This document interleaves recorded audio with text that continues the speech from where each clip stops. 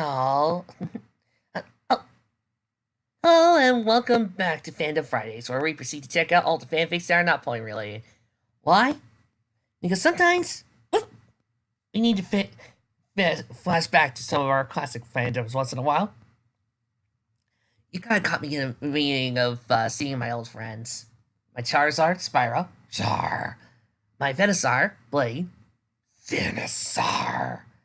My Raichu, Bolt, Rang. My Umbreon, Vegeta, Ring. My Mewtwo, Goku. Hi. My Blastoise, Squirty. Blast. And my Pidgeot, Swoop, Joe. I was just looking around, seeing how they were all doing. I mean, after all, this was the first team I ever had. The first set of Pokemon I ever worked with. I've been training for a long time, guys. Ever since Pokemon Red first came out. And, that's about a very long time, especially for the anime. That makes me wonder how things would have gone different. Well, luckily, out there, fanfics have been made.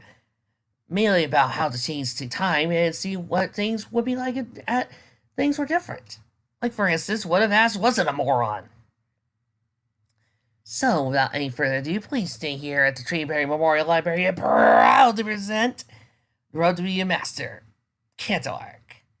Enjoy. Road to Be a Pokemon Master, Kanto Arc by Fanatic LA Guy 06. So you're a fanatic who lives in Los Angeles? I'll never get these screen names. Chapter 1, Pallet Town Summer Camp.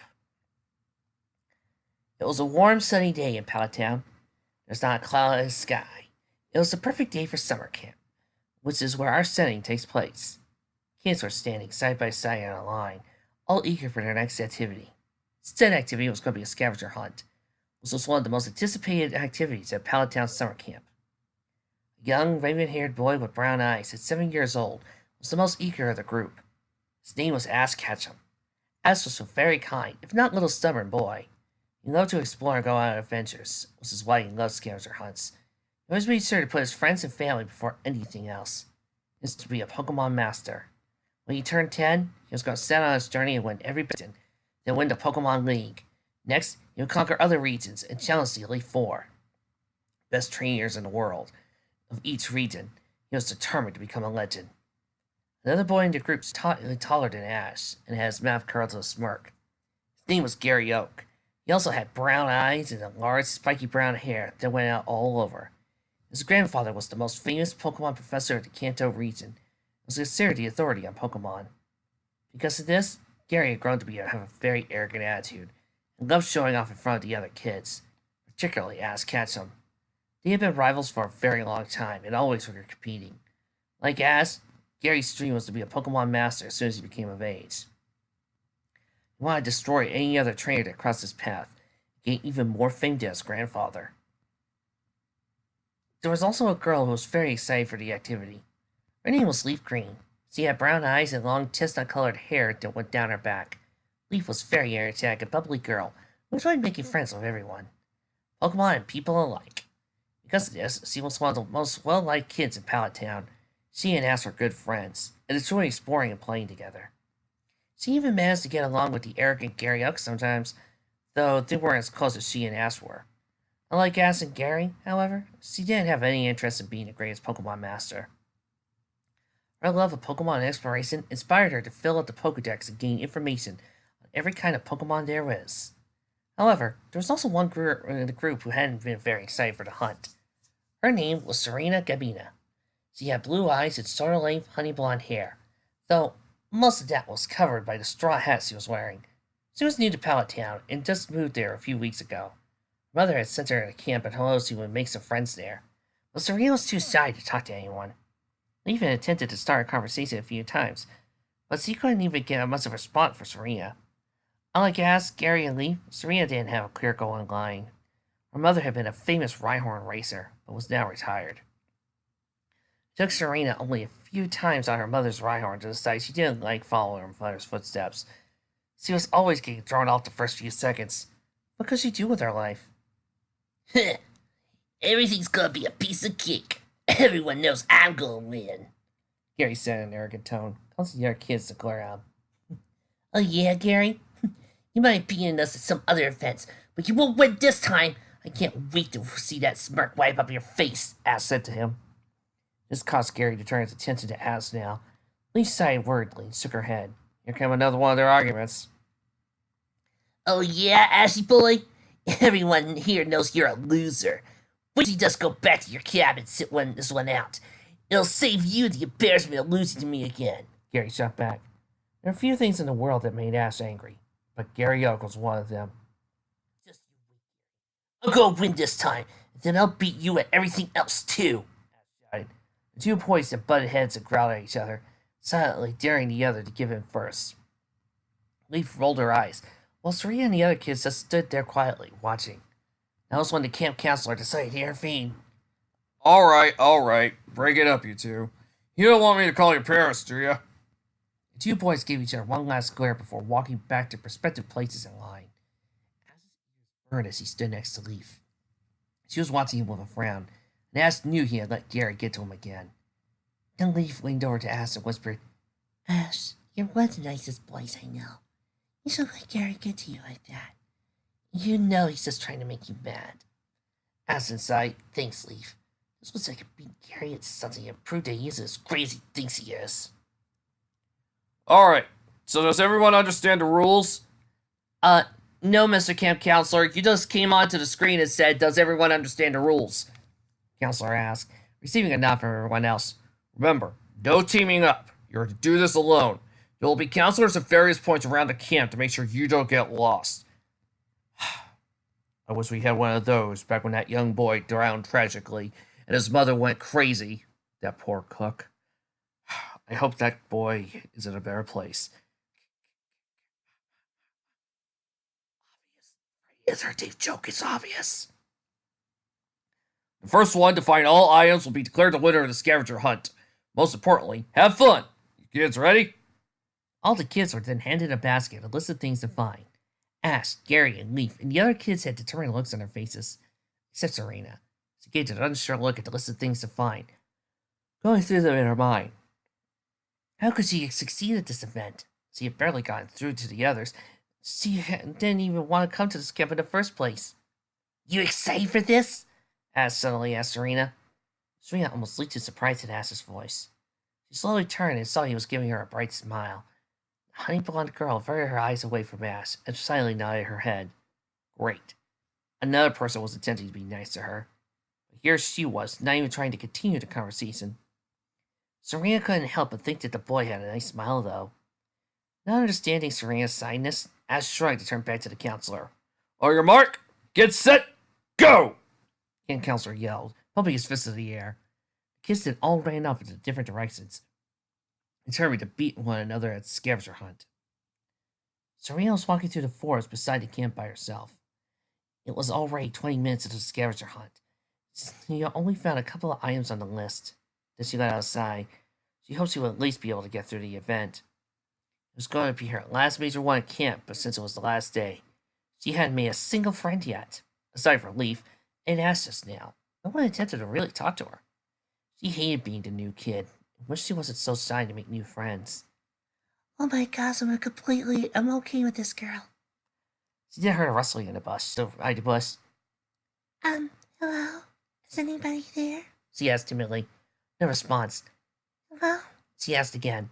There's still no response. Serena slowly turned towards the bush and was about to peek when all of a sudden, a pollywag popped out of the bush. It was so startled that she tripped backwards, dropping her listed basket of items. Ow! Serena cried as she landed. The pollywag just looked at her and wandered off into another part of the forest. Serena scraped her knee pretty badly when she fell, and it really hurt. She couldn't even stand up. Serena began to cry. Where were the camp counselors at? They were supposed to be at every area. I didn't even want to come here in the first place, she said between tears. I wish someone would come to help me. Mama! Just then, she felt more rustling from the bushes. Hope was one of the counselors, but one wasn't. One was another Pokemon, only more dangerous than a polywag. It might be a carry! Or worse, a weedle! Or the dreaded, deadly, horrifying Oddish. Serena stared fearfully at the bush until a raven-haired boy emerged from it. She sighed in relief when it was just one of the campers.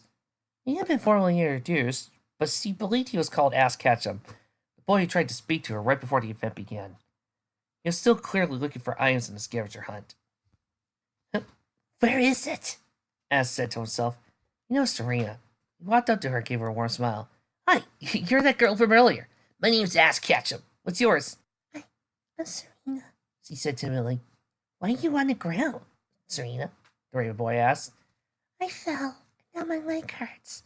Serena said, grimacing at the pain. That's okay. I'll help you. Ass said as he set down his things.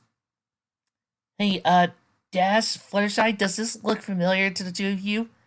What? I don't see where you're Oh my. He then bent down and pulled a blue cloth out of his shorts pocket. Serena watched him as he began to tie the cloth over her leg. This is really nice of him, she thought to herself. He could have just ran to get help, was would have left her alone again. But he was fixing himself. Once Ass was done, he began to wave his hands over the wound. I'll say a good luck charm really quick. Pain, go away, he said. Despite how silly it sounded, Serena thought it was really sweet and gave Ass a smile of her own. The young girl even felt tints of reds on her cheeks. Thank you, Ash, she said gratefully. No problem. Can you stand? Ass asked her. Serena began to try, but the pain forced her back down. It's no use. My leg hurts so bad, she cried. Never give up till the end, Ass told her as he stood up and offered Serena his hand. Serena stared at the open gesture for a moment, before she slowly slipped her hand into Ass's. Then he gave a hard tug and pulled Serena to her feet. But ended up pulling a little too hard, caused Serena to fall against Ass and almost fell. Serena stood in total surprise for a moment as she leaned against Ass and felt her cheeks go red again. She had pulled away, stared at Ass with those wide eyes. He didn't appear to notice the type of state they were in. Instead, it gave Serena a bright smile. You stood. Come on, let's go back to camp. With that, he began to lead Serena by the hand, out of the forest. Serena turned around and noticed that Ass's basket of items and her own spilled ones were behind him. What about your things for the scavenger hunt? Serena asked. That doesn't matter right now. What matters is getting you back to safety. Ass told her with a smile as he continued to lead her by the hand. Serena continued to silently follow Ass out of the forest. He was being so nice to her. They didn't even know each other. First, he tied up her wound, held her stand, and was completely dropping the scavenger hunt to make sure that she was safely led out of the forest. She would say he was probably the nicest boy she had ever met. Do you live in Palatown? Ass asked her. Yes, my mama and I just moved here a few weeks ago. Well, that's great. Once camp is over, I can come over to see you at your house. We can play together. I'll introduce you to some of my friends. Ass said enthusiastically. That would be nice. Thank you, Ash. Serena said with a smile. She was so surprised at how kind Ash was. He was even offering to come see her once camp was over and be her friend. You bet. Hey, look. We reached the end of the forest. Let's get you to the nurse's office and make sure you're okay. Ash said as he pointed to the exit. Then together, they walked out of the forest, hand in hand. It came to no surprise to anyone that Gary Oak had become the victor of the scavenger hunt. He didn't waste any time bragging to everybody how he knew he would win, and he was the greatest ever, especially to Ash. Normally, Ash would have gotten angry and given a retort to Gary. At the moment, he wasn't bothered by Gary's taunting. He was just glad to be able to help Serena when she was in trouble. How is she, nurse? Ash asked after the nurse had examined Serena's scrape. The nurse turned to Ash and gave him a smile. Serena was sitting on a chair with her leg in a more appropriate bandage. She'll be fine, young man. It was only a scrape and will heal completely in a few days. The nurse told him kindly. You're very smart to tie that cloth around her scrape until she could get help. She must be very lucky to have a friend like you. That's great! Ash exclaimed to Serena. See, the nurse said you'll be just fine. You'll be feeling great again in no time. Yeah, that's great, Serena said, feeling the red return to her cheeks. Why does he keep getting so flustered around Ash? Oh no, Serena, your face is getting red. You're not getting a fever, are you? Ash asked with worry. It's got Serena to become even redder than she already was. The The nurse, however, knew exactly what was going on and came to her rescue. Don't worry, Ass. Serena isn't getting a favor at all. Don't you worry.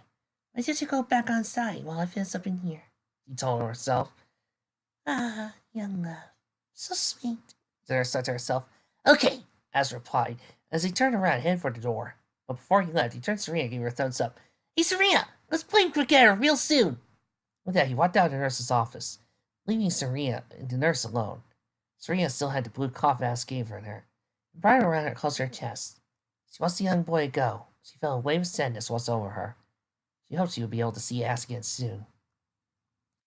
Hey, Assy boy, are you even listening to me? I beat you again, Gary exclaimed, trying to get some kind of rise out of Ass. But Ass wasn't giving any type of pouting or angry look as usual. Instead, to Gary's surprise, Ass gave a smile. All right, Gary, good job. You beat me this time, but you wait until next time, Ass responded. Gary just stared at Ass, dumbfounded for a second. Finally gave up taunting Ass, but not before murmuring, loser. He wiped away with his hands in his pockets. Leaf then walked up to Ass. Well, Ass, I've never seen you handle Gary taunting like that. She said in approval. Yeah, I guess I'm just happy I was able to help someone make a friend today. Really? Who is it? Leaf asked him curiously. Her name is Serena. And she hurt her leg during the scavenger hunt. I found her and helped her out. Turns out she lives in Palatown, too. Oh, yeah, Serena. I remember, I tried to talk to her while she was at camp, but she never said much back. She was really shy. Yeah, she didn't say a lot to me either at first, Ash said. He just smiled at Ash. That's what I always liked about you, Ash. You care a lot about others. You're always wanting to help those in need. You'll be a great Pokemon trainer in the future. I know it. Thanks, Leaf. I'm gonna shout out right now! Ash responded and turned to the sky, got his hands over his mouth and shouted, Look out, world! Ash Ketchum's coming before you know it! I'm gonna be the greatest Pokemon master ever! Little did Ash know Serena was watching him from the window of the nurse's office. I heard the words she said. Ash is really something, Serena thought to herself. She had a feeling he was going to be a big part of her life from now on. Maybe going to the summer camp wasn't such a bad thing after all. Ah, what the hell. One more chapter. Meeting the Stars, Chapter 2. It was late night at Politown. Stores had closed hours ago, and most people had already gone to sleep for the night. There were a few sounds at this time to disturb anyone in the rural community. It was very tranquil and peaceful. There was still one light in Politown, however. It showed from the second-story window of the bedroom in the two-story house. Said bedroom belonged to Ash Ketchum. And down below, the restaurant was still going on. I'm sorry, I'm not going to refer anymore to Takashi Shudo's work. Okay, I promise. It had been 3 years since he was at Palatown summer camp. Now he was 10 years of age. Tomorrow would be the day he would finally begin his journey to be a Pokemon master. But the only thing he had thought about the entire day. He currently had the television turned on to a Pokemon battle between Gengar and Nidorino. Gengar was of the Ghost Poison type Pokemon and was a dark purple in color with his face in a mischievous grin. He had protrusions coming from his back that resembled spikes. Nidorino was a Poison type Pokemon. It was darker and resembled a large rabbit. A huge horn protruding from his forehead. Pokemon belonged to the members of the Elite Four themselves. Gengar belonged to Agatha, and Nidorino belonged to Bruno. Despite the intensity of their battle, Ash wasn't paying it much mind. He was focusing on his journey for tomorrow. As his mother had just brought him some new clothes for his journey earlier that day. He was currently trying it on. It consisted of a plain black short-sleeved shirt with a pair of blue jeans. Over the black shirt, he had a blue jacket and short-waist hairs. On his hands were a pair of black, fingerless gloves with green edgings. He was also wearing his favorite red and white hat. It was the official Pokemon League hat. As it claimed he had sent in about 1 million postcards to win it. It was made very special to him. All right, tomorrow's the day, Ash said to himself. My dream to be a Pokemon master is going to begin. He had picked up an alarm clock and the shape of a Pokeball held it from him. I will be the very best, like no one ever was. That is what I... Ash... Sudden appearance of Delia Ketchum, his mother, in the doorway. Her shout startled Ash so much he threw the alarm clock across the room. Luckily, Delia caught it. When one opened it up, it revealed a mechanical pizza that was cocooning. Ash's mother was a woman in her late 30s with brown eyes, brown hair, was tied to a ponytail. She was currently wearing her night robe. Please tell me I get to see some Please. It's late, Ash, Delia continued. Tomorrow's the day you start your Pokemon journey. You need your rest so you don't get oversleep and get a late start. I know, Mom. I'm just so excited for tomorrow that I'm not tired. I'll go to bed real soon, though, I promise, Az replied. Fine. You have 10 more minutes. Then I want to see you in bed, young man, Delia told him with her hands on her hips. As he walked over to the television, set down his pitsy clock, before she changed the channel. In the meantime, at least watch something more educational? With that, Delia walked out of the room. Az turned onto the television. The channel she changed to featured Professor Oak discussing 3-star Pokemon that trainers would choose from. It consisted of Charmander, Bulbasaur, and Squirtle. Trainers may always use one. Each one had their own strengths and weaknesses that would serve trainers differently depending on the circumstance. For all you future Pokemon trainers out there, Professor Oak began, I'd like to present you the starter Pokemon. They are Bulbasaur, Grass type, Charmander, Fire type, and Squirtle, the Water type. One of these 3 powerful Pokemon await you will be your loyal companions. But remember, Pokemon are also your friends. Perhaps you'll choose Bulbasaur, whose razor-sharp knees and fangs can cut through the thickest of forests. Maybe Charmander, whose strong body is sure to be useful in tough climates. Or perhaps Squirtle is more to your liking, who can get you across any bottle of water. They all look so good. It'll be a really tough choice, Az thought. He did know that whoever he chose would be the best friend Az could ask for. He could wait to meet his future partner tomorrow. You know, one thing I'm quite interested about when the show demonstrated that it said, oh, the trainers who leave town the first day after they get their Pokemon license get to choose from the 3 stars. Squirtle, Bulbasaur, and Charmander. Does that mean every year only 3 trainers graduate from the license exam? Or is it only every month that there's a license exam so trainers can actually choose their Pokemon? Or is it that trainers get their license, then Professor Oak brings out the 3 different stars? Or are there only 3 trainers per graduation, or at least 4, and Professor Oak just starts off with a new one? Because we know he has a brand new one, like, say, Pikachu. Speaking of which, there is a fanfic out there that is basically the origin of Ash's Pikachu. It's kind of interesting. But anyway, I mean, I know other professors do that too, but what about the towns that don't have professors? Do they offer their own individual stars?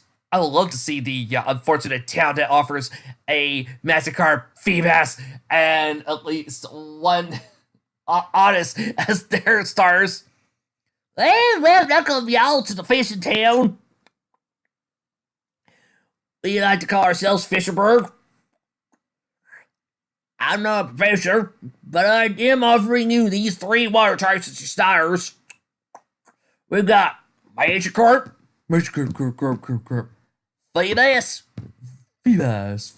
Feebas.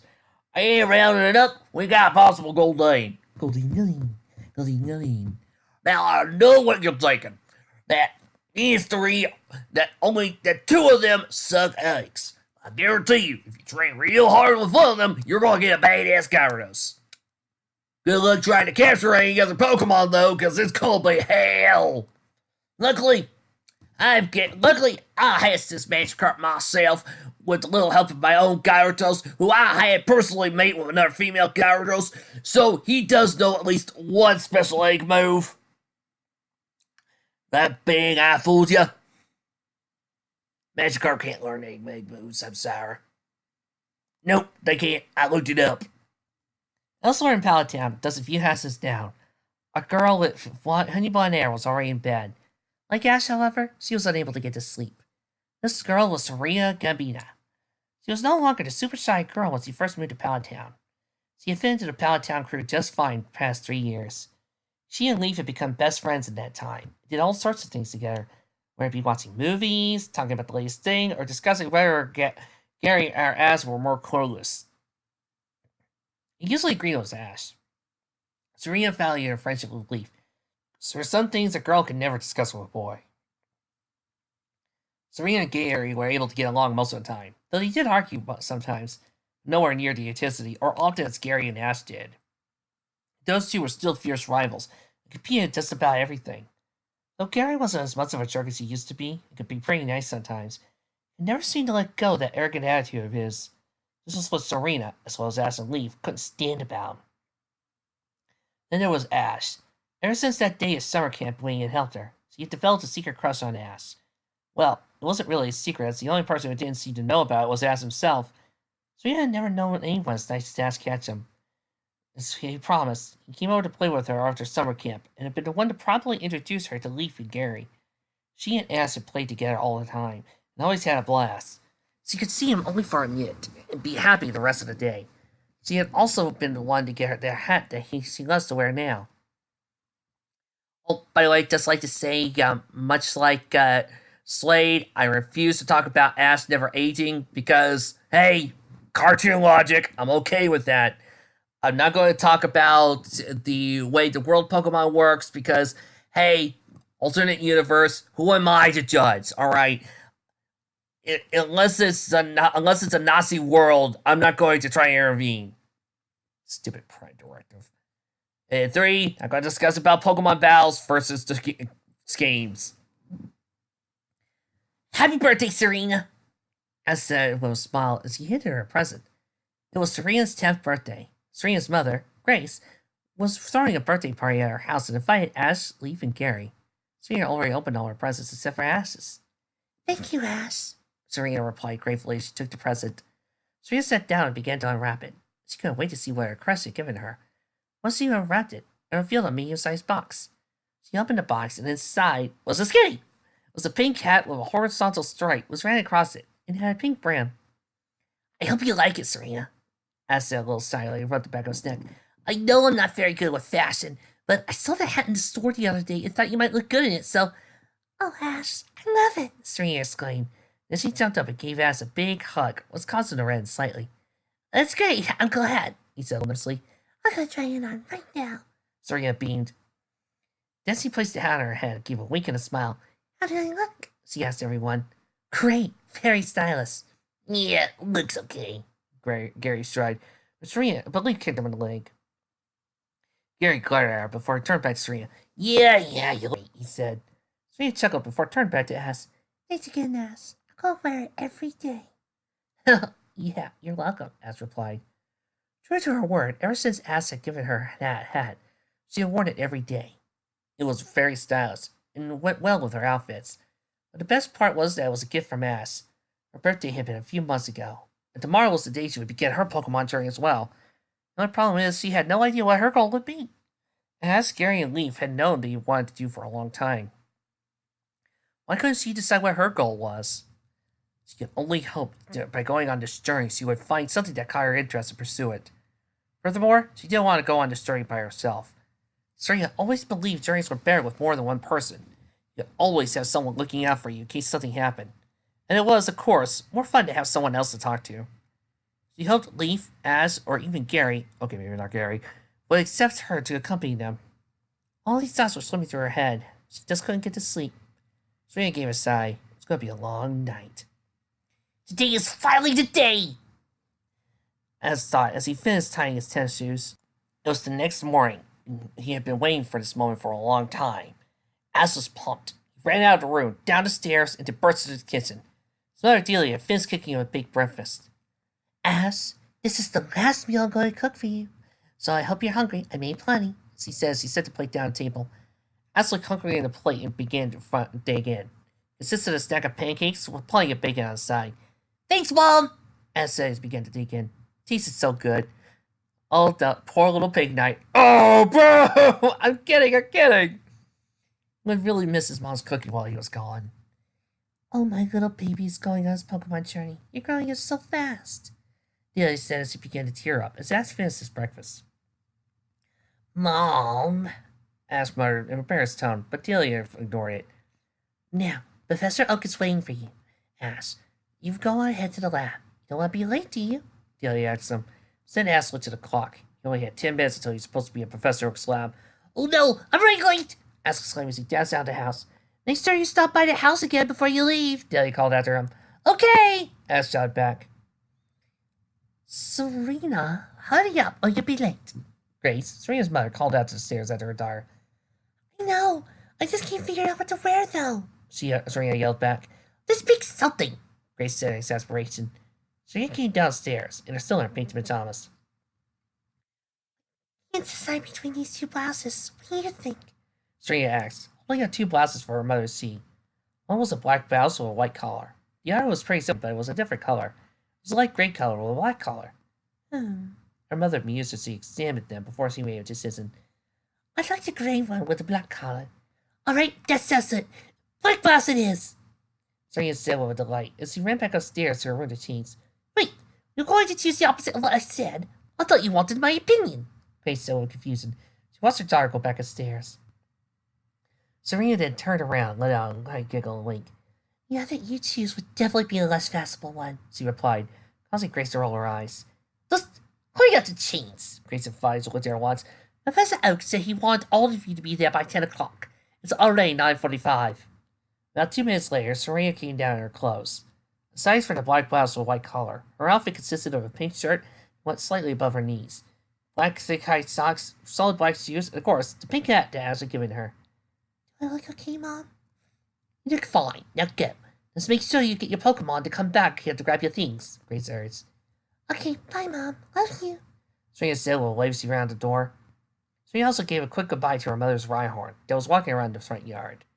As she turned the corner, dashed down the road to Professor Oak's lab. As Grace watched her daughter go, she shook her head and sighed. She knew Serena didn't want to do Rhyhorn racing for the rest of her life, and that was fine. She just wished her daughter would find her goal. Trainer, coordinator, breeder, watcher, connoisseur, anything. Grace was actually encouraged her daughter to stay at home for a while, until she could find out what she wanted to do. But Serena had insisted so strongly on leaving this year, probably because Ash was leaving, that her mother had to give in. Grace then turned to head in the kitchen. Serena is really into fashion. Maybe she should be a Pokemon fashion designer. That's the only thing I can think of. Or maybe doing that little show thing. What? I really love that show where she's dancing and it's got Sylvia being all cutesy and... I'm sorry. Serena continued to hurry along the path to Professor Oak's lab. She would be really embarrassed to be on the late on the first day of getting a Pokemon. She knew that if she continued to run, she would be able to make it on time. As she was running, she came to an intersection and caught sight of Ash was coming from the other side. Also running. At least she wasn't the only one pressed for time. Ash, hi! Serena said between breaths as she turned the corner of Professor Oak's lab. Hi, Serena! Ash replied, also between breaths as he turned the corner. They continued to run side by side. They were almost there. They ran up the steps and burst through the door just before the clock struck 10. Both of them were panting heavily. Gary and Leaf were already there, waiting for Ash and Serena. Both of them were geared up for their Pokemon journey, too. Gary had a long-sleeved purple shirt, dark blue pants. So wore dark brown boots and a green necklace. Leaf was wearing a sky blue sleeveless shirt, a red skirt, knee-high light blue socks, white tennis shoes, and a white hat with red stripes and half of a Pokeball symbol on it. Behind him stood Professor Samuel Oak himself. He was an older man in his early 60s. He was of average size and build for an adult, and neatly combed with black, gray, thick, bushy eyebrows. He wore a white lab coat over a red polo shirt, securely tucked in khaki pants and belt. Well, man, it seems all of you are here on time, Professor Oak commented, giving the forced smile. I know all of you are very excited. A whole new adventure waits for you all. It's the incredible world of Pokemon. Your journey with your partner in Pokemon will have many fine times, but it'll also be dangerous times as well. If it ever comes to that, you must use your Pokemon to protect you. Remember this, though. Your Pokemon are not just there to protect you from danger. They're also your friends and partners. Do you understand? All thought, this. Each with different thoughts going best. This is it. I can't wait. Could be the very best. Here it is. I hope I'm ready. This is great. I can't wait to see all the different Pokemon. Yeah, about time. Now the world will see what a real Pokemon trainer looks like, Gary thought. Very well, in that case, follow me into the other room to meet your first Pokemon, Professor Oak said. He then turned around and began walking to the main part of the lab, the four soon-to-be trainers following him. Professor Oak led them to a large room with a large computer on one side. In the center of the room was a circular table with 3 Pokeballs sitting on top of it. Other than that, the room was pretty bare. Here they are. One of these will become your very first Pokemon, Professor Oak stated, gesturing to the Pokeballs on the table. One of these Pokeballs contains Bulbasaur, Grass type, one contains Charmander, and the other contains Squirtle. Use your Pokemon wisely. Who would like to go first? As always, the gentleman said. Ladies first, as they said. Constable Serena leaped to smile at him. Gary just shrugged. Whatever. Those two can go first if they want. Not like it makes much of a difference. I'll be the best no matter which one I have. That is settled, Professor Oak stated with a nod. Serena, Leaf, please go ahead and pick your Pokemon. Leaf walked up to the table first. She didn't know which Pokemon she wanted from the very beginning. I like all the Pokemon here, but if I had to choose one, it would be Bulbasaur. So come on out.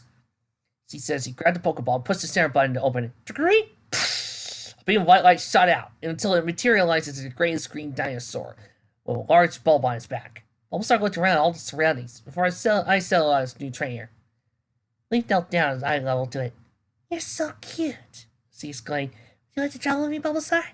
Bulbasaur studied Leaf for a moment before smiling and crying, Bulbasaur! singling and approved. You figures you would choose a grass type since your name is Leaf. Gary smirked.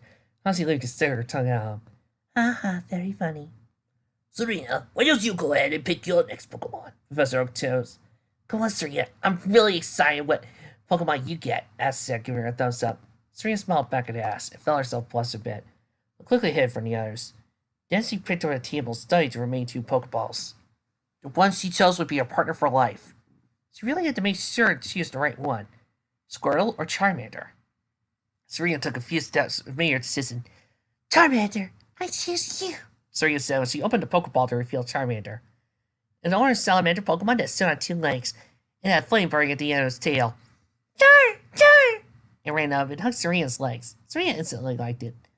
Oh, it's so cute, Leaf squealed, jumping up and down, causing Serena and asked Professor Oak to laugh. Gary just rolled his eyes and snorted. What an annoying girl, he thought. Well, you're friendly, aren't you? Serena says she picked up Charmander and held it out in front of her. Would you like to come along with me? Charmander did not enthusiastically. He took Serena's hat and placed it on his hip before winked. It was clearly a female Charmander.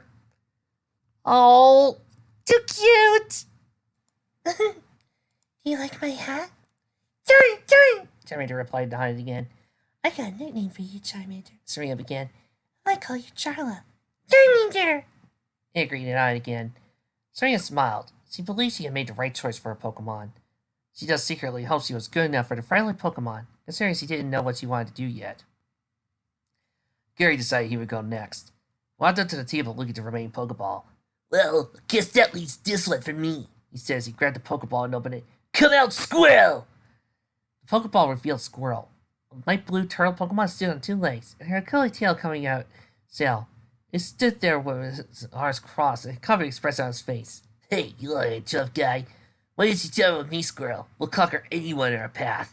Soon, everyone will know our name, Gary offered as he looked down at Squirrel. Squirrel! It responded. Gary and Squirrel both began to laugh arrogantly. Everyone else in the room sweat dropped. Smack! I'm sorry, I have no response whenever anybody puts in visual anime gags in my literary medium. The two were just alike. Guess that just leaves me. Ass went to the table.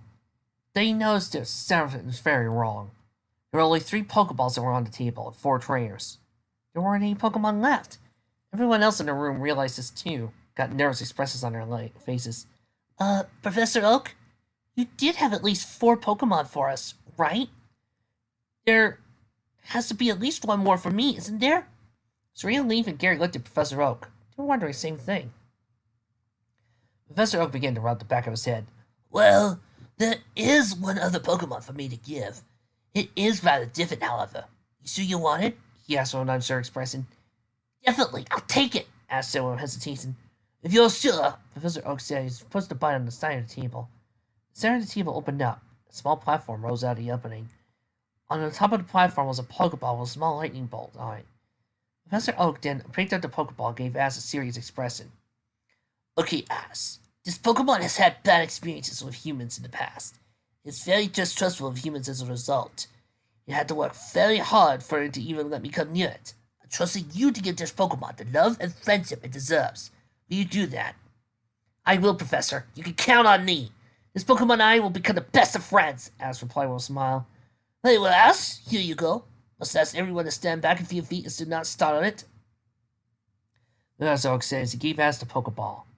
Despite the temptation to get as close as luck as possible, The other kids had obeyed and stepped back a few feet as they looked at the Pokeball in hand. Whatever Pokemon was in this Pokeball would become his lifelong partner. Whatever this Pokemon had gone through, Ash would help overcome it, become the best friend a Pokemon could ask for. Here we go! Ash sighed as he opened the Pokeball. Like being shot out of the Pokeball and laid on the side of the table to begin TC. All kids waited anxiously to see what kind of Pokemon would come out of the Pokeball.